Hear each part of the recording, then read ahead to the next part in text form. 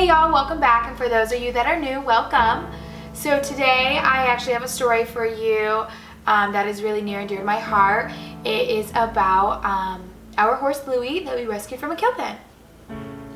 So basically what a kill pen is, it kind of is like where a horse, they go to auction somewhere and then they end up at this kill pen. He came from, I think, an auction in like Kentucky, and the kill pen was in Bastrop, Louisiana. And then that's where someone from there helps out to try to either get them homes or they get sent off to slaughter. So this kind of happens on Facebook. This person puts out the information. I'll show you the Facebook post right now of kind of how it works. So here's the video really quick of what he looked like when he got to the kill pen. Here's tag number 41 right here. I got a purebred Morgan horse right here. Purebred Morgan. Don't you look the neck and throat on this son of a gun right here. The horse has been rode in them endurance rides is what he is. He also pulls a buggy. 11 years old, chestnut gelding. Look at him there.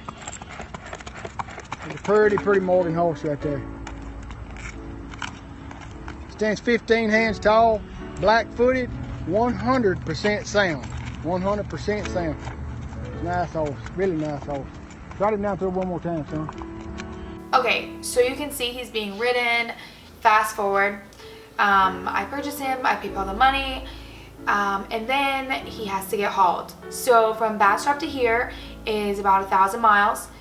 There was 14 other horses on the load, all the way from Louisiana, and most of those stops were all in Florida. So it took about 2 to 3 days before he actually got here, and then it was really anxiety ridden time. I had gone to my vet, got antibiotics, I was ready for him to be here. It was like the longest 3 days ever. So he finally gets here, and he definitely looked different. He was really skinny. He had cuts all over him. He had rain rot, which is a skin infection.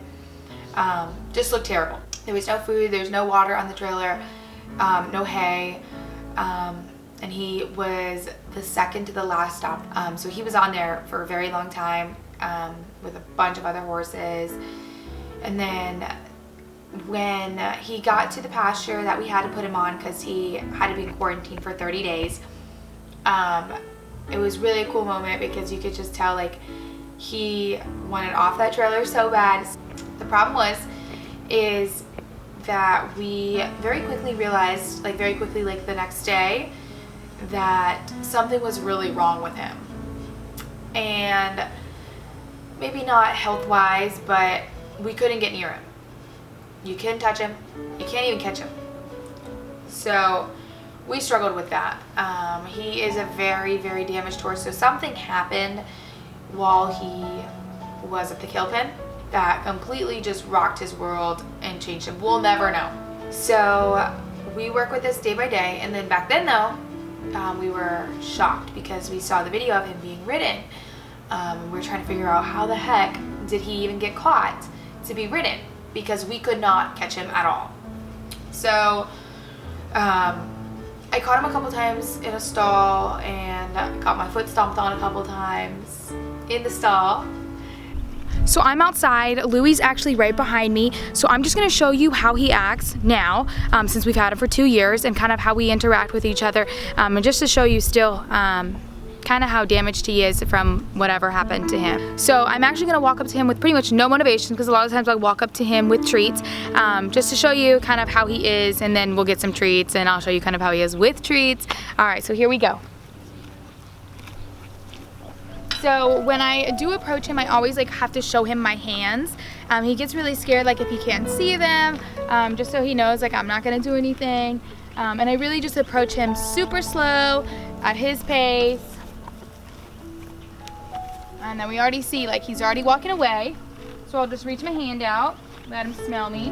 That's a good boy. All right, so since he's actually eating right now, he's eating just some leftover hay. He may let us approach him without any convincement of treat, but we'll see. Hi, Bubba.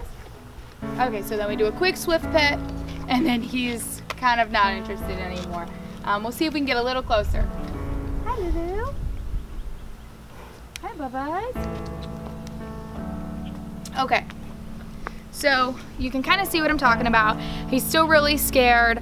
Again, like I said, we've had him for 2 years. We work with him every day. Every time we feed him, we work with him. We always pet him. But I'm gonna go get some treats so you guys can see what that's like. Okay, so I got a couple treats, and we're gonna see how he reacts.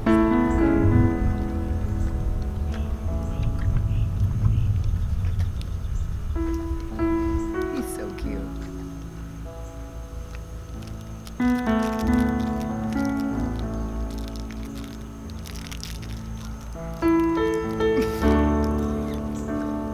Lick, lick, lick. He's licking my hand.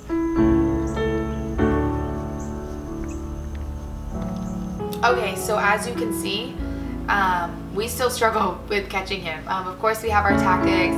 I can get him in a stall for feeding time, and then halter him, like I said. You know, and once he's under halter, we can pretty much do anything with him. It is always so surreal about what he went through, and I've just learned so much about, like, just their soul. I know that's corny, but what they go through, and you know what he had to go through, that 2 years time of seeing me every single day and giving love, and you know that there's still something there missing, but we'll break through one day. But he's definitely taught us patience, how to care for something that needs a lot of love, without expectation, without giving, just because we have to pour a lot of love out into him, and in hopes in one day he will immensely return the favor. He already does, but I cannot wait for the day that he breaks down a little bit. That's the story of the Copen. That story is not hard for me to tell because it's a cool part of our farm, but it is something that has taught me a lot, and that I'm kind of sensitive about, because I've seen firsthand what humans can do to damage something. That part of the story bothers me a lot, because I can only imagine what they had to do to break him like they have. But to be happy and cheerful, he's here forever. I will have him forever and ever and ever, until he passes.